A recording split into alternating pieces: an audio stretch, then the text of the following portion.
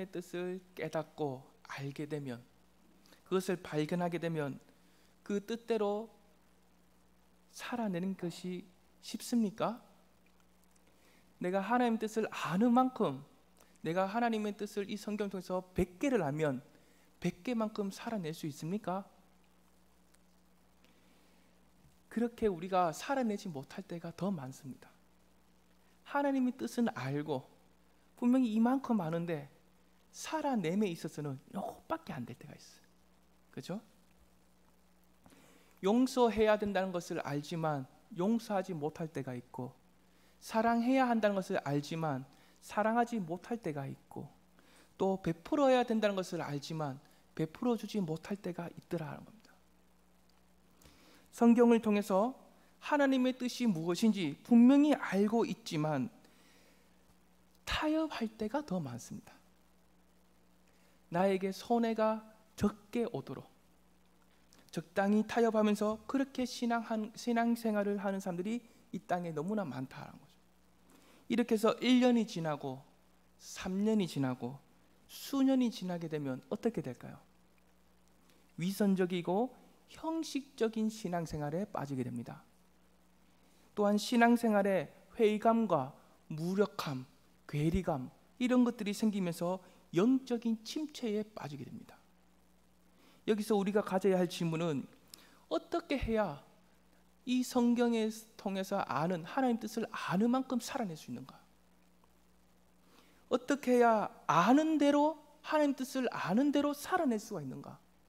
한 번쯤 우리가 이렇게 질문을 해봐야 합니다. 이 질문에 대한 대답은 무엇입니까? 성경은 우리에게 이 질문에 대한 대답을 어떻게 말하고 있죠? 성령이 오셔야만 가능하다. 이 성경을 통해서 하나님 뜻을 아는 만큼 또 하나님 뜻대로 살아내려면 성령이 오셔야지만 가능하다. 성령이 오시면 내 마음대로, 내 고집대로, 내 자랑, 내 편안함을 위해서 살아가지 않습니다. 주님이 사셨던 그 삶의 방식과 모습대로 살아가게 돼요. 그래서 어떤 어려움과 핍박과 박해가 있어도 하나님의 뜻에 순종하면 그 어려운 환경 속에서도 마음의 평안이 있습니다. 담대함도 있습니다. 동시에 하나님의 안에 거하고 있다는 것도 불편함이 없습니다. 하지만 하나님의 뜻에 순종하지 않고 세상과 타협하면서 살아가면 마음에 늘 불편함이 있습니다. 동시에 하나님 안에 거하면서 산다는 그 자체가 계속 마음이 찝찝하고 불편해집니다. 그러므로 우리가 신앙생활을 한다는 것은 단순히 글로서 지식적으로만 하는 것이 아니라 살아계신 성령의 능력으로 한다는 겁니다. 사랑하는 여러분, 오늘 함께 읽은 말씀 2절을 한번 보십시오. 2절을 보시면 주님이 이 제자들에게 앞으로 일어날 일들에 대해서 알려주십니다. 사람들이 너희를 출교할 뿐만 아니라 또는 너희를 죽이게 될 것이다 라고 앞으로 일어날 일들에 대해서 제자들에게 알려주십니다. 그러면 언제부터 이제 이런 일들이 시작하게 될까요? 성령을 통해서 이 제자들이 말씀을 받아서 그 말씀답게 살아낼 때, 동시에 그분의 능력을 힘입어서 주님의 사셨던 그 삶의 방식과 모습대로 살아가게 될 때, 바로 그 순간부터 이 제자들은 온갖 박해와 조롱과 멸시를 받게 되는 겁니다. 성령을 힘입어서 그렇게 살아내게 될 때 박해가 시작되는 거예요. 2절 하반절을 보십시오. 이 당시의 사람들은 왜 주님과 제자들을 박해하게 됩니까? 2절 하반절 보시면 이것이 하나님을 섬기는 일로 생각했다라고 합니다. 이와 동일한 경험을 했던 사람이 있죠. 누굽니까? 사도 바울입니다. 사도 바울은 하나님을 향한 그 열심과 열정 또 충성이 있었습니다. 그래서 그가 했던 일이 무엇입니까?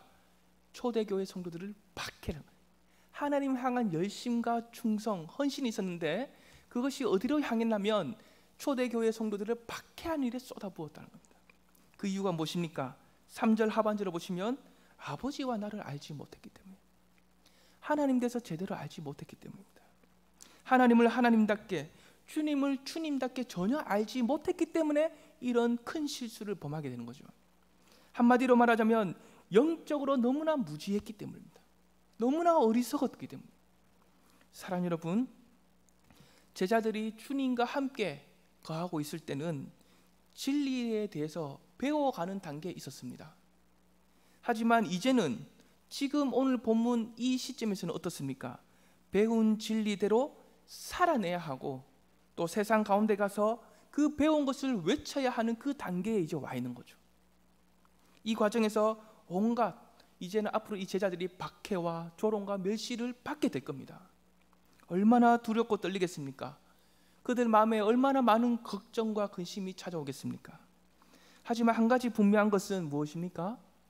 바로 이것이 주님을 따르는 제자들이 받아야 하는 당연한 일이란 거예요. 지극히 정상적인 일이란 거예요. 사랑 여러분, 이 불의한 세상에서 주님을 믿고 따르는 사람은 박해와 멸시, 조롱 이런 것을 당할 수밖에 없습니다. 그게 정상이라 생각하면서 살아가야 돼요. 저와 여러분은 이것을 당연하게 여기면서 살아가야 합니다. 마치 어둠이 빛을 싫어하는 것처럼 세상으로부터 미움을 당할 수밖에 없는 존재가 여기 있는 저와 여러분이라는 거예요. 세상으로부터 박해를 받고 미움을 받으면 받을수록 내가 주님의 사람이라는 것을 더 확신할 수가 있는 거죠. 주님을 믿고 따른다는 그 이유 하나만으로 이 땅에서 우리는 많은 손해를 봐야 되고 많은 희생을 치러야 합니다. 이것은 어떤 거라고요? 지극히 정상적인 것. 이것이 없으면 심각한 겁니다. 우리가 이러한 관점으로 볼 때 주님이 1절에서 실족하지 말라고 하는 것은 어떤 의미가 있겠습니까? 나를 믿고 따르면 세상에서 무조건 성공할 수 있다거나 또는 인생이 만사형통할 수 있다, 그런 것이 아니라는 거죠. 그런 착각에 빠지지 말라는 겁니다. 예수 믿는다고 만사형통하는 것이 아니라는 거예요. 이런 착각에 빠져 있는 사람이 어떻게 되겠습니까? 이러한 착각에 빠져 있는 사람이 박해를 받고 사람들로부터 세상으로부터 조롱과 멸시를 받으면 어떻게 될까요? 그 즉시 주님을 배교하게 됩니다. 사랑 여러분, 여기서 우리가 참 안타까운 것은 세상에서만, 세상 중심에서만 이런 일이 일어나는 것이 아닙니다. 교회 안에서도 이러한 일들이 얼마든지 일어날 수가 있다는 거죠. 다 그런 것은 아니지만 모든 교회가 다 그런 것은 아니지만 지도자들이 타락하고 부패해서 영적인 분별과 판단이 흐려져서 자신의 욕심을 채우기 위해서 마치 바리새인들처럼 왜곡된 신앙과 왜곡된 말씀을 가르치면서 합리화를 시켜가는 그런 지도자들, 그런 교회들이 종종 이 세상에 있다는 겁니다. 하나님의 말씀에서 이미 벗어났음에도 불구하고 바로 그것이 하나님을 향한 섬김과 헌신과 충성인 것처럼 그렇게 잘못된 가르침, 왜곡된 가르침을 주는 교회들, 지도자들이 있다는 거죠. 이런 환경에서 진리의 말씀을 붙들고 바르게 알아가길 원하고 바르게 깨닫고 그렇게 몸부림치며 살고자 하는 사람, 그 사람은 그 가운데서 그 환경 속에서 어떻게 살아가겠습니까? 그 교회 안에서 미움과 박해를 수도 없이 받을 수밖에 없습니다. 더 바르게, 더 신앙적으로 더 경건하게 살고자 할수록 그 미움과 박해는 더욱더 커져갈 수밖에 없습니다. 세상만 그런 것이 아니라 교회 안에서도 이러한 일들이 오늘날에 많이 일어나고 있다는 거죠. 제가 말하고자 하는 것은 세상에서나 교회에서나 신앙을 가진 우리가 언제 어디서나 실족하지 않고 잘 이겨내려면 또한 우리가 이 성경에 담겨진 하나님의 뜻을 아는 만큼 살아내고자 한다면 우리의 힘과 노력으로는 불가능하다는 겁니다. 우리의 힘과 노력으로는 불가능하다. 반드시 어떤 도움을 받아야만 합니다. 그래서 7절을 보시면 7절을 보십시오. 7절을 보시면 주님이 어떤 말씀을 하고 계십니까? 내가 그를 너희에게로 보내리니. 내가 그를 너희에게로 보내리니. 여기서 그는 누구를 의미합니까? 보혜사 성령님이십니다. 성령 하나님이시죠. 성령 하나님이 제자들에게 찾아오시면, 제자들에게 임하시면, 그들과 함께 하시면 그 연약한 무익한 제자들이 제자다운 제자로, 하나님의 백성다운 백성으로 다듬어지고 만들어져 가게 된다는 겁니다. 더 나아가서 어떠한 미움과 큰 고난과 박해를 받아도 때로는 생명의 위협까지 받는다 할지라도 믿음과 인내로서 잘 이겨낼 수 있는 그 능력도 받게 된다는 겁니다. 심지어 완전히 실패하고 완전히 무너진 제자로서 아무런 희망도 없는 그 자리에서도 성령이 함께 해주시면 맡겨진 사명, 넘어졌던 그 자리에서 다시 일어나서 잘 감당할 수 있다는 거죠. 즉 진리의 성령은 연약함과 실패뿐인 우리를, 저와 여러분을 승리자로 만들어 가신다는 겁니다. 그러므로 우리는 우리의 연약함과 실패를 가난한 마음으로 인정해야 하고, 동시에 우리 안에 계시는 그 성령이 나를 어떻게 도우시는지, 나를 어떻게 선하게 인도하시는지, 또 어떻게 해서 승리자로 세워가시는지 그것을 하루하루 기대하면서 살아가야 합니다. 계속해서 오늘 말씀 8절에서 11절까지를 보시면 성령이 이 땅에 오셔서 어떤 사역을 하시는지에 대하여 설명하고 있습니다. 첫째가 무엇입니까? 죄에 대하여 책망하시는 겁니다. 사랑하는 여러분, 이 당시의 유대인들이 죄를 분별하는 기준이 무엇입니까? 율법입니다. 율법. 그래서 율법에서 하지 말라라는 것을 하게 되면 그것은 죄야 라고 이들은 그 기준을 갖고 있습니다. 우리가 살아가는 이 세상도 죄에 대해서 어떻게 말하고 있습니까? 하지 말아야 할 것을 하면 죄다. 예를 들면 도둑질, 폭력, 살인, 미움, 뭐 이렇게 우리가 세상 사람들이 누구나 알 법한 하지 말아야 할 것들, 그것을 하게 되면 세상 사람들은 그것은 죄야 라고 합니다.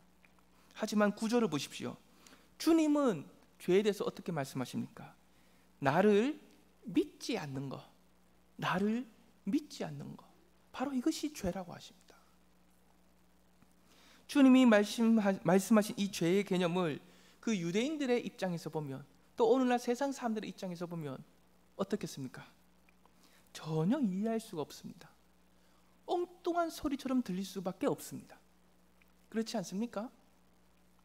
예수 그리스도를 믿지 않는 것이 왜 죄가 되는지, 내가 쌓은 업적과 공로가 왜 아무런 효과가 없든지, 나 같은 사람이 왜, 나같이 훌륭한 사람이, 나같이 잘난 사람이, 나같이 세상에서 봉사하고 착하게 살아온 사람이 왜 구원받을 자격과 조건이 없는지, 이것을 전혀 이해하지를 못합니다. 그러나 진리의 성령이 임하시면 이 모든 것들을 아주 확실하게 깨닫게 되고, 동시에 그 죄와 싸워 이기면서 살아가는 그 거룩한 삶을 살아가게 되는 겁니다. 계속해서 10절을 보십시오. 성령께서 하시는 또 다른 사역이 무엇입니까? 의에 대하여 책망하시는 겁니다. 사랑하는 여러분, 마태복음 5장 20절에 의하면 주님이 이렇게 말씀하십니다. 우리 함께 읽어보겠습니다. 시작.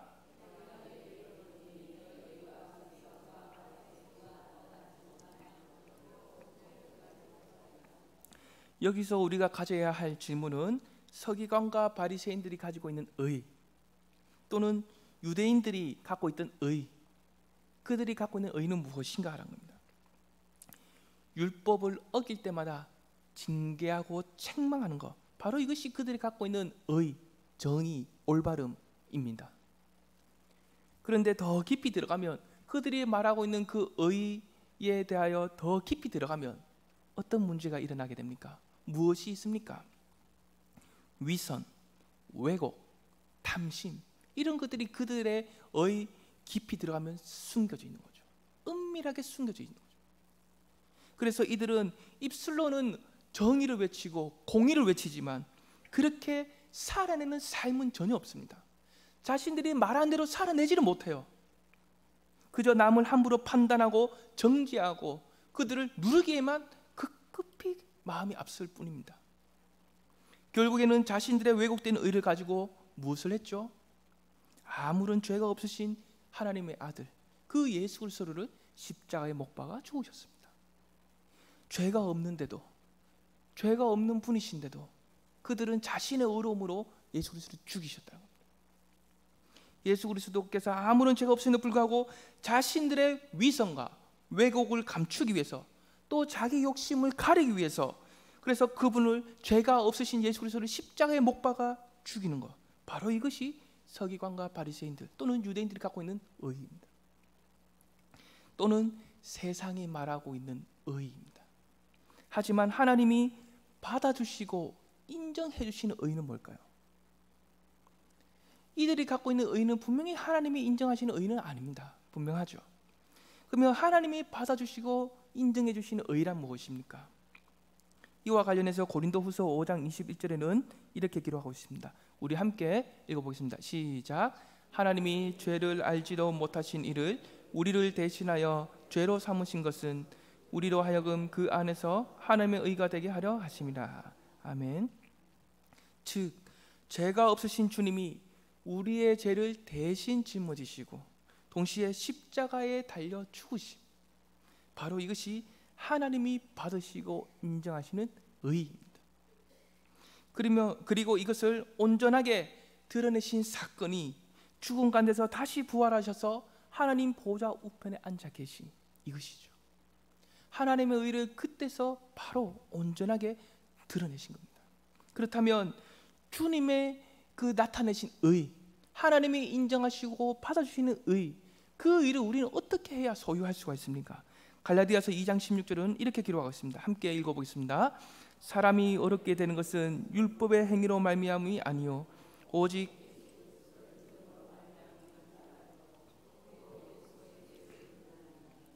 이는 우리가 율법의 행위로서가 아니고 그리스도를 믿음으로써 어렵다함을 얻으라 함이라.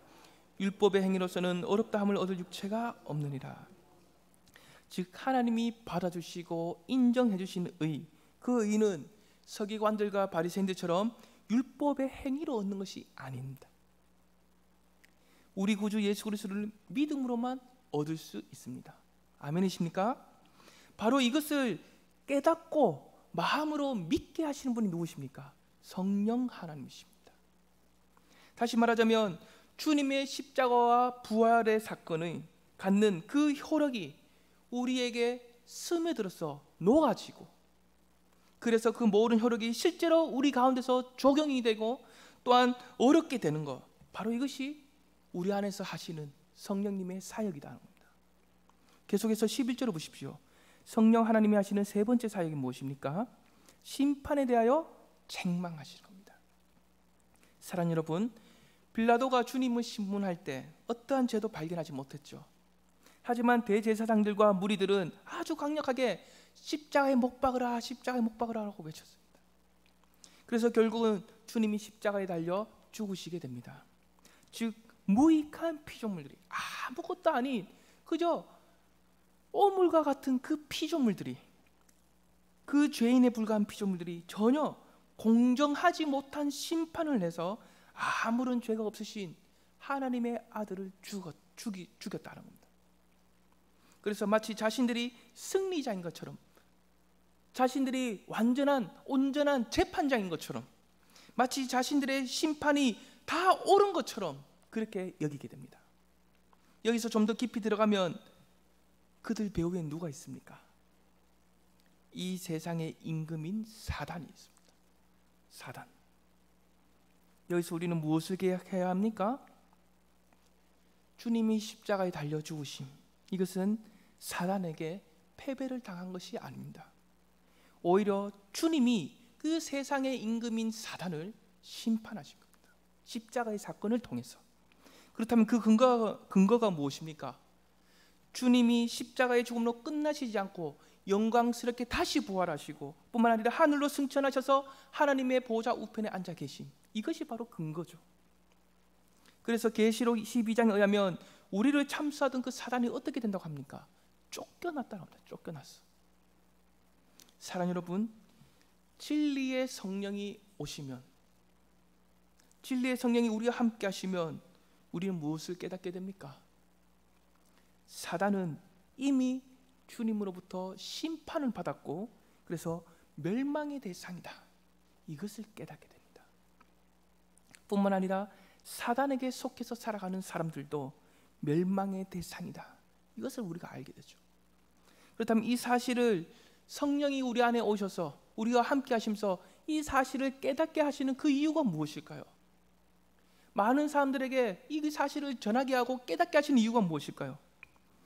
우리가 믿고 따라야 할 대상, 우리가 섬겨야 할 대상, 그것은 오직 하나님 한 분뿐이라는 것을 알게 하시는 겁니다. 그래서 마지막 심판이 일어나기 전에 사단에 속한 사람에서 하나님께 속한 사람이 되라는 겁니다. 그 기회를 주고 계시는 겁니다. 그 은혜와 긍휼을 베풀어 주시는 겁니다. 뿐만 아니라 하나님께 속해서 살아가도 어떻습니까? 우리가 이 땅에서 하나님께 속한 존재로서 살아가고 있지만 사단이 끝없이 우리의 귓가에 찾아와서 참소를 합니다. 이때마다 우리 안에 계시는 성령은 어떤 도움을 주십니까? 그래서 예수 그리스도가 죽으신 거야. 사단은 여기서 네가 어떻고 너가 어떤 죄를 지었고 막 참소를 하죠. 그러면 우리 안에 계신 성령께서 우리에게 또 들려주십니다. 이쪽에서. 그래서 예수 그리스도가 죽은 거야. 즉 사단의 참소가 전혀 나에게 통하지 않도록 우리의 영혼을 가장 안전하게 지키시며 보호해 주신다는 겁니다. 사랑 여러분, 우리는 너무나 어리석고 연약하지만 아무런 자격과 조건도 없지만 때로는 주님의 이 제자들처럼 우리도 얼마든지 주님을 배교할 수 있고 또 부인할 수도 있습니다. 우리는 그렇게 연약한 존재라는 것을 인정해야 돼요. 그러나 진리의 성령이 나와 함께 하시면 이 모든 연약함과 문제들을 얼마든지 극복할 수가 있습니다. 세상으로부터 온갖 박해와 조롱을 당해도 때로는 생명 위협이 찾아온다 할지라도 내 신앙을 과거의 순교자들처럼 끝까지 지켜갈 수 있습니다. 또 하나님이 말씀하시는 죄와 의와 심판, 이 모든 것을 바르게 깨닫고 동시에 또 다른 영혼에게 찾아가서 흘러보낼 수 있는, 그 깨달은 것을 알 수 있도록 전하고 흘러보낼 수 있는 그 복된 복음의 통로로 살아갈 수가 있습니다. 그래서 하나님의 자녀답게 살아가는 삶, 그 삶을 교회 안에서만 살아가는 것이 아니라 교회 밖인 그 세상에서도 얼마든지 불의한 세상 가운데서도 하나님의 자녀답게 살아낼 수가 있다는 거죠. 이러한 은혜가 저와 여러분에게 가득히 부어지고 또한 선한 열매를 맺어갈 수 있기를 원합니다.